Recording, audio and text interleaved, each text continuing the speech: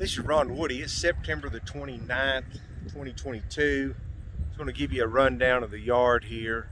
As long as the bees don't get after me. I've been in the yard the last couple of days, so they get a little irritable. Tried to film this a little earlier today, and one got after me, so I decided to come out here when it's a little bit darker, so maybe they won't be too irritated here. So let me turn the camera around here. And of course you can see the view that the honeybees have. It's to the south, this is to the east.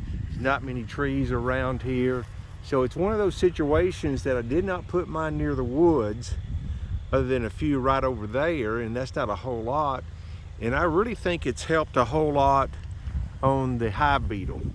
I've been in all these this week. I've been in them all summer.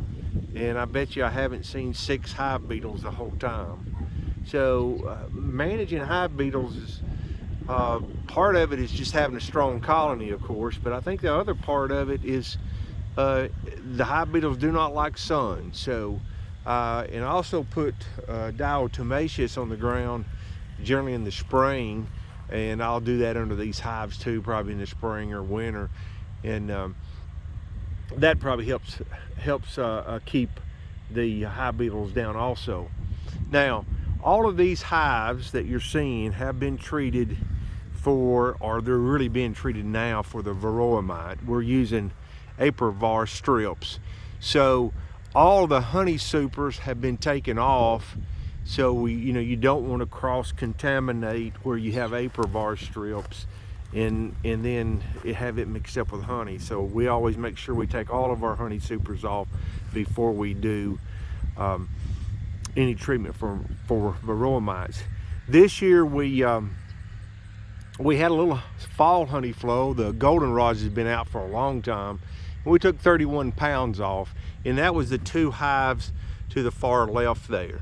And we took those supers off, and we immediately treated as soon as we got the supers off. The rest of them have been treated about a month prior, so they've had a head start. So here, the one on the far right is it was something we just kind of configured to bait through, and we put pollen out there and they didn't care for it. So the red one is the first one, and 1, 2, 3, we've got one in the bookcase there, 4, 5, 6, 7, 8, 9, 10, 11, 12, 13, 14, I think. 6, 7, 8, 9, 10, 11, 12, 13, 14.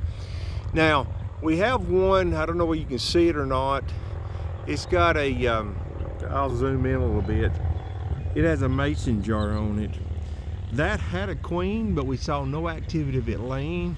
So we took it from 2 medium boxes, which would be 20 medium frames, down to 10 medium frames, and stacked it up. Decided to put some pollen patties on it and put some sugar water on it. So I don't know, we may lose that one here, make us go to 13. We've got another one out at the Ross's, and we've got what, 5 more over at Narramore Farms. All of them are doing quite well. We got into them yesterday to put some pollen patties on, I think, all of them, just a half of a pollen patty, and then we put a couple of internal feeders on 1 or 2 or 3. Most of them, they were full of honey, and we couldn't put any more feed on them if we wanted to. So this is it's almost a single brood management system.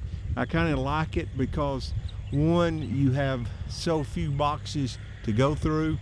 Even on our Apivar strips, we do not have to take the super off, or that medium that we're using as a brood, because all we have to do is take a couple of frames out, and then we can put the strip into the bottom. So we kind of like that part of it. These are doing quite well. 20 hives, and again, one in the middle that we may lose it. We'll just keep an eye on it, and we'll have to start putting some spacers in, some reducers. Probably should have already done that on some because it's getting a little cool here. Anyway, September 29, 2022, the cemetery yard, and just a little rundown of the Ross one is doing well, and the Ones over at Narramores are doing well also.